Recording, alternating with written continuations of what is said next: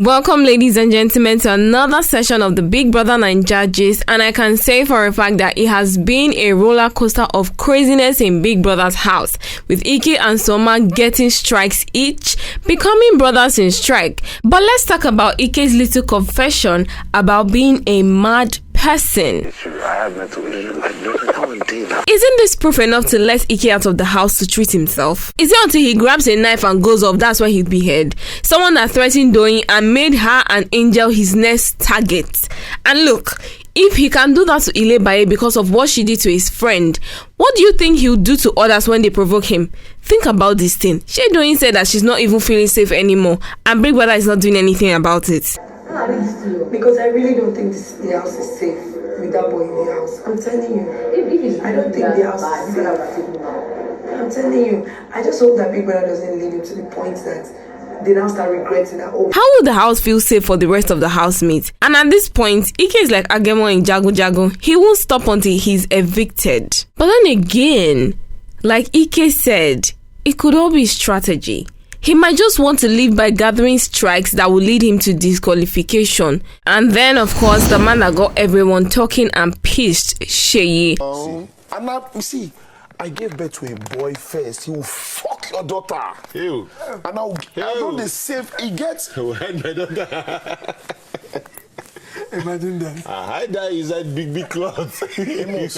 Amos, I get Shino account on my son. Jesus. Miscellaneous account. Yeah. I dey pay money. I get that account for my son. Yeah. I get that account for my guy's son. I get that account for a lot of my boys, their son.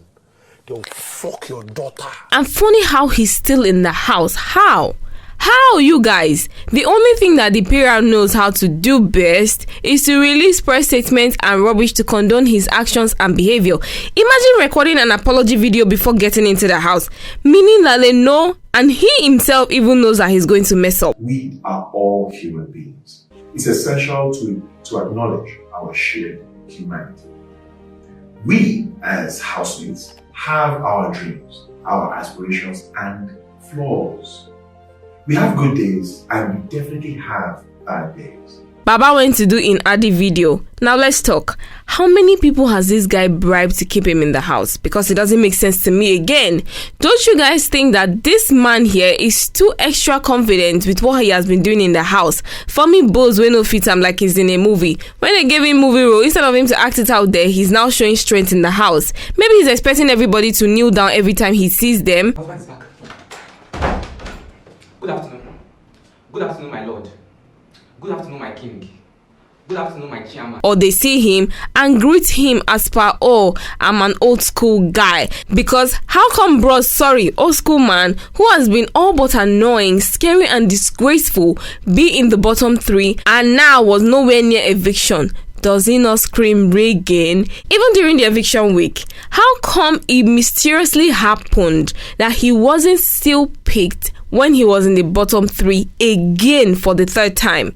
Okay, this just tells you that Seyi has paid Big Brother off. He has bribed Biggy to keep him in the house, and for that we must continue to watch his stupidity go up in the house. Still on Seyi, after Big Brother brought new housemates into the house, even though they are not competing for money, Seyi and Prince were seen having a discussion, and during that conversation, Seyi asked if the outside world is safe for him.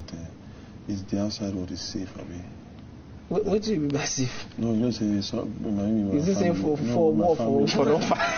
a person to be extremely self-conscious to ask that kind of question means he knows the harm is causing for people in the house. Now he's scared of going to the outside world to see what would face him. It's like he has a feeling that people are not going to drag him but sue him. But don't worry, your PR is doing the Lord's work. Let's see how they will counter Kidwaya's mom for suing Seyi over threatening her son. But then again, Kidwaya can just tell his mom that he should let it be, because at this point, Kidwaya is scared of Seyi. But see, you guys, even inside serious conversation, fraud is asking of fuel prices. Now, wow.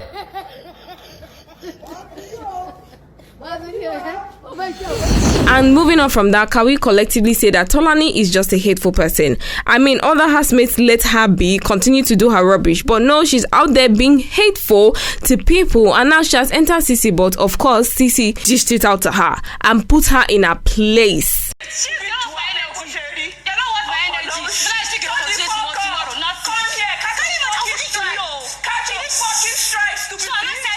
But then again, have you guys noticed that all this unnecessary drama and anger and unprovoked whatever it is did not come out until Sunday when new housemates came into the house? How come when she saw Prince, even though she was jumping for joy, suddenly is becoming angry and crying and throwing tantrums to whoever come her way? Even though Neo's cousin Venita and her boo Adekule advised her to move back to Prince, could she be that she's vexed for choosing wrongly because she knew Prince was coming to the house?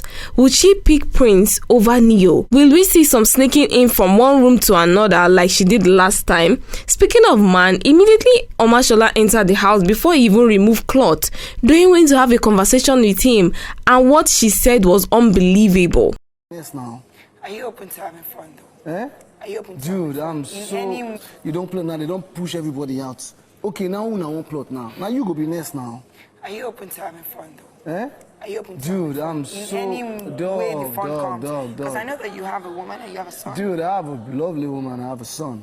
But when I mean fun, it doesn't need to be that. No, I wanted to ask. Now you are asking him if he's open to having fun, and you can clearly see that he's trying to give space and observe the house by saying fun has limits. But no, she continued. I'm not sure she knows the kind of person he is, Sha. Is it that she desperately needs to cling to a person, a male figure? Now wow. Moving on from that. Why I don't trust you, right? I'm breaking down reasons. So I'm thinking like these are the things that have been leading up, to the reasons why I don't trust you anymore. Because, like I said, I don't think, for some reason, you have just changed. And I don't understand why. Cross has come to his senses and left the master evil planner to continue his works. I mean, I would too, but what's quite funny and strange is that people are pitying Pere because apparently he was crying after the whole conversation.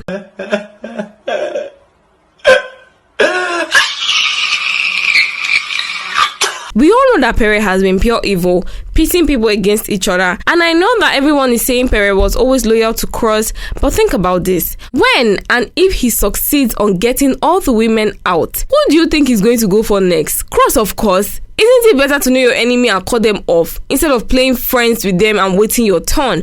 I believe Cross did the right thing. Yeah, they may make up outside, but obviously right now, the way Pere is behaving, it's better to shut down the friendship in the house for his mental health, and that is a good thing. And speaking of people that are still splitting up, again, Doyin and Ilebaye. And I personally told her this last week that okay, I don't beg for this pardon, but I will try and beg. But she's doing this and she's rallying for you, and she knows she cannot tell me. She could have told me that okay, this is it. But she didn't. And me now finding out that she lied to me about that. People are different, but me, I don't think I would have stopped them from giving it to her if she was in my position, even if I wanted it. But I wouldn't have said, okay, I want this, don't give it to her. There's next week.